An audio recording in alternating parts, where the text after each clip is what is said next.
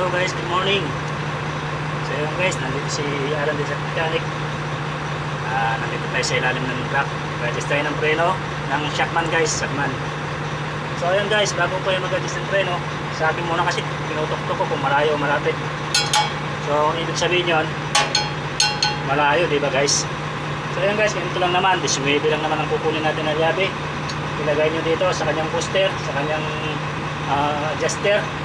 So ito yung adjuster niya, 19 guys. So ang ano niya guys, 5 feet. 2, 3, 4, ako na, yun na, 5, 6, 7, 8, 9, 10, 11, 12. So yun guys, 12 ba? Malayo na, kaya pala nagre-reklamo yung driver. So yun guys, tingnan, tutukan nyo guys, oh. Diba? Ano na siya, kumbaga kapit na, kapit. So, isagad nyo lang.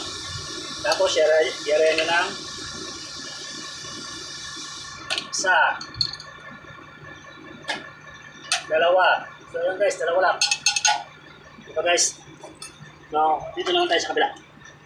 Isa, dalawa, tatlo, apat, lima.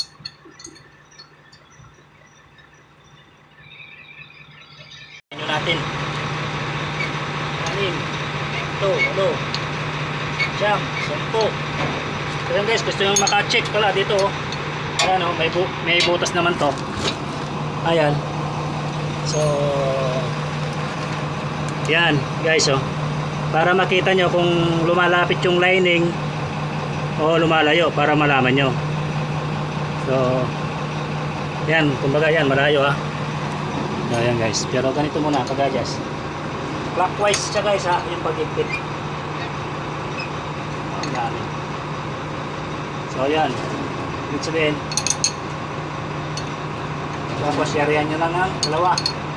Isa, dalawa. So yun guys, dalawa. Doon tayo sa kabila na naman guys. Pasensya na, nasisilaw na kayo sa ilaw ko.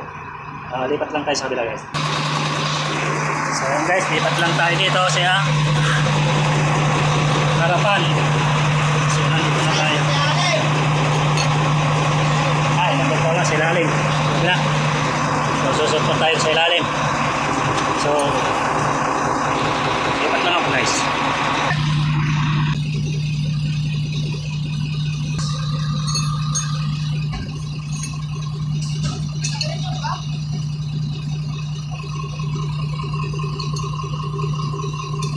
Ito nyo lang guys, request lang yan.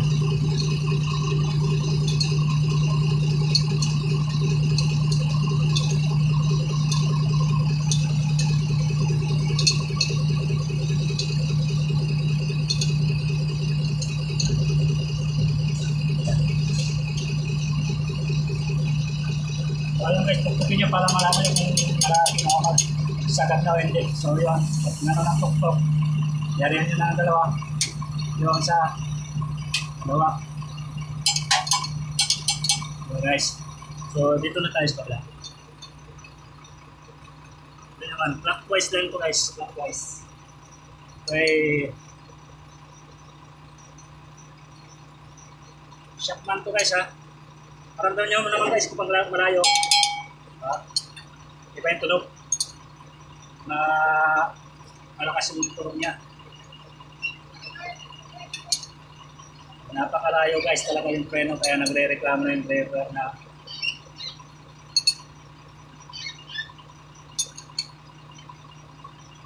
so yun guys, tignan nyo, sagad na,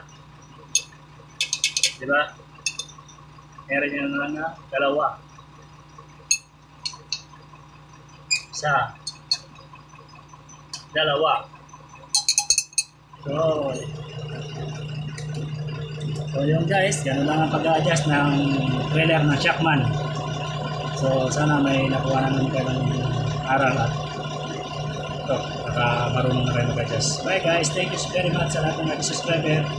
Bye bye guys.